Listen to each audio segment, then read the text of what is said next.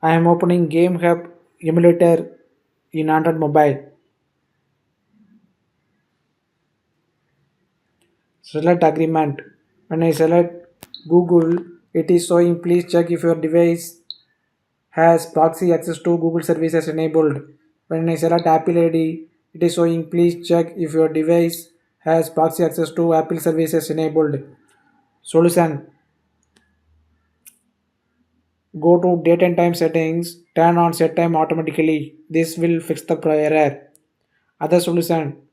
Check whether Wi-Fi is connected with good internet connection. If Wi-Fi is not connected with good internet connection, then the error will then you can see the message like this.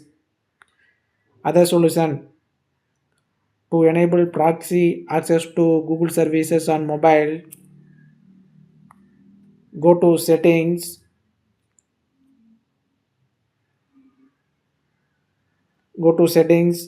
select Wi-Fi, go to saved networks, select the Wi-Fi network, click here, under proxy, select manual. Now here you can configure the proxy host name, proxy port. You can bypass proxy for, you can configure the settings to enable proxy access to Google services. Subscribe.